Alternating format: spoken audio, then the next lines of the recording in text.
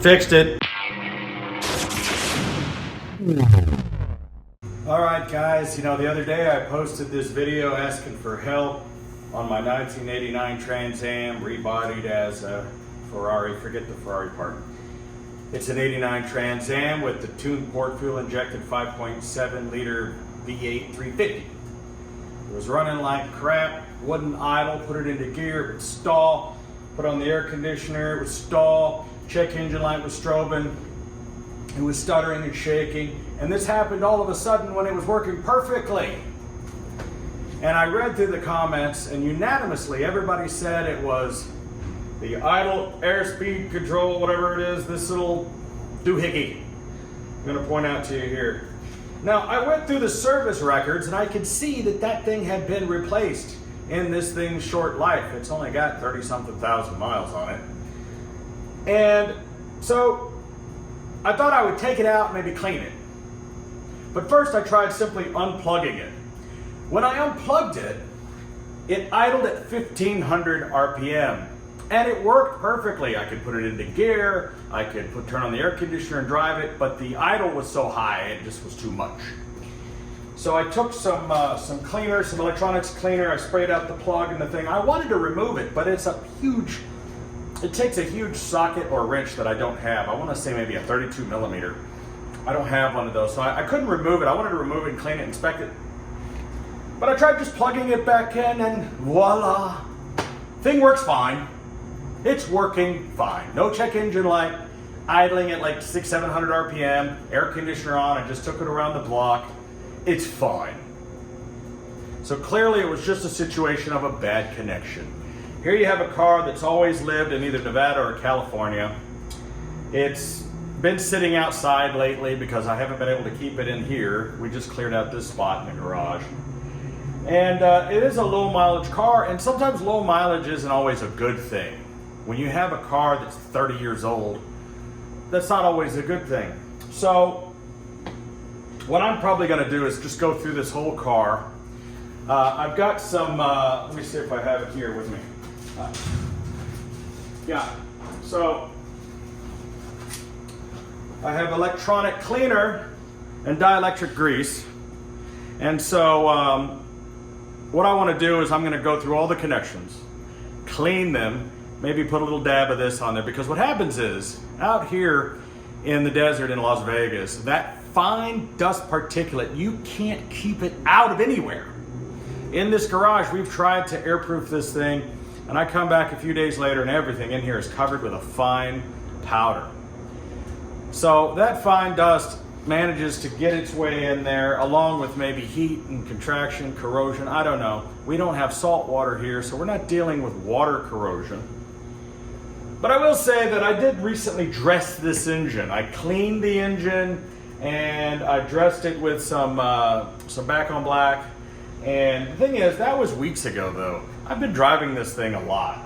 And going through the service records, it seems like people have been chasing gremlins on this car for a while, because they've changed out injectors, they've changed everything. I just changed this alternator in the belt, just changed the belt just now.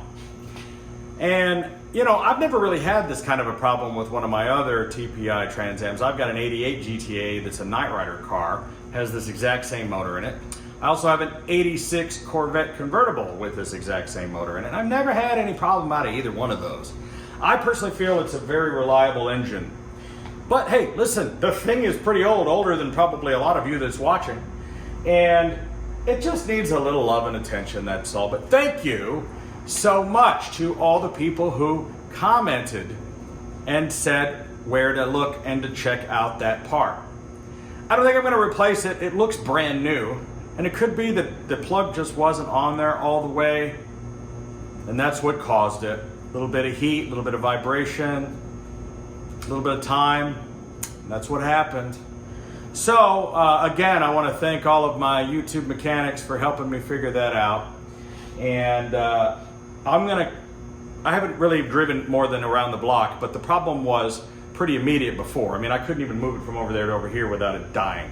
And now it's running perfectly, idling perfectly, air conditioner on, in gear, no check engine light. God dang it, man.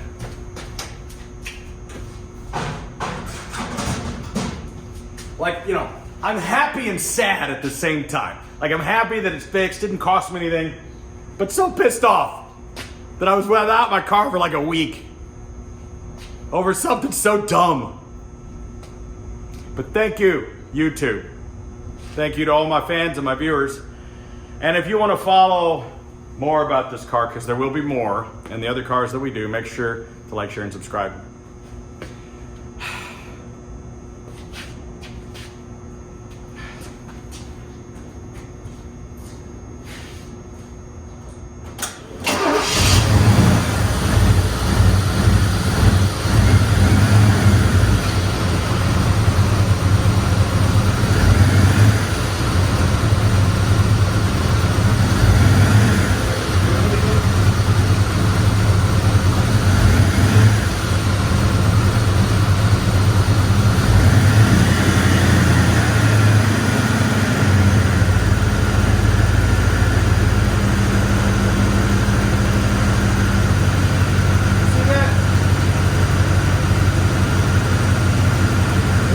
Second, started stuttering, air conditioner was already on, then it leveled out. There might be more to this video.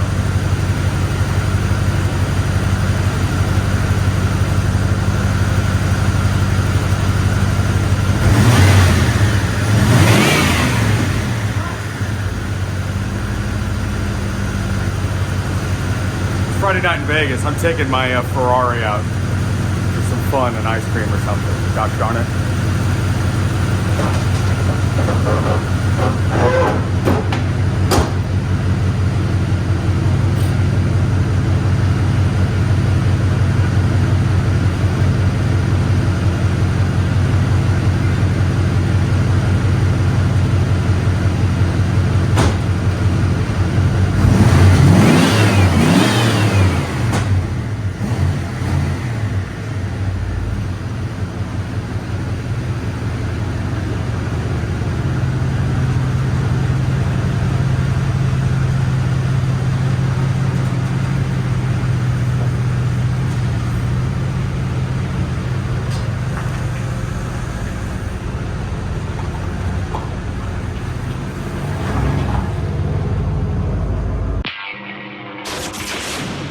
No.